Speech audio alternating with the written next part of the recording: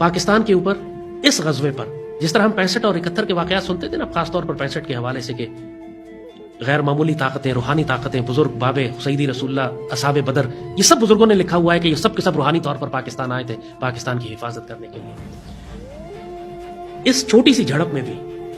کئی جگہوں سے ہمیں لوگوں نے اپنے خواب بھیجے ہیں کہ جس میں انہوں نے سیدی رسول اللہ کو پاکستان کی طرف جاتے دیکھا۔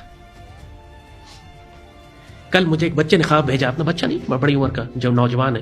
کوئی وجہ نہیں ہے کہ وہ جھوٹ بولے، سیدی رسول اللہ اگر خواب میں تشریف لاتے ہیں تو خواب میں ہی تشریف لاتے ہیں، سچے ہیں آپ، اور وہ بچہ سچا ہے۔ اس نے مجھے اپنا خواب بھیجا کہ پاکستان کے بیلسٹک میسائل کھڑے ہوئے اور سیدی رسول اللہ ان میسائل کی نگرانی فرما رہے ہیں۔ اب مجھے بتاؤ، اسی لیے تو یہ غزوہ ہند ہے، اس کی روحانی قیادت سیدی رسول اللہ فرمائیں گے، اور اسی لیے ہم تم سے کہتے ہیں کہ اس پاکستانی قوم کو اندازہ ہی نہیں ہے کہ کتنی خوش نصیب ہے، ابھی بھی ادھر ادھر کے چکروں میں لگی رہتی ہے، اس کو اندازہ ہی نہیں کہ اللہ نے اس کو کتنی بڑی سعادت کے لیے سلیکٹ کیا ہے، اور خود اس غزوے کی کمانڈ سیدی رسول اللہ فرما رہے ہیں۔ یہ خوش نصیبی ہے۔ اب مجھے بتاؤ، مجھے ایکسائٹڈ ہونا چاہیے، خوش ہونا چاہیے، یا مجھے خوفزدہ ہونا چاہیے؟ جس کی خواہش ہمارے صحابہ کرام نے اور سیدی رسول اللہ نے 1400 سال پہلے فرمائی تھی، اللہ نے وہ ہمیں نصیب کر دیے، اپنی تو خوش نصیبی پہ یقین نہیں آ رہا ہوں۔ اللہ اکبر وللہ الحمد۔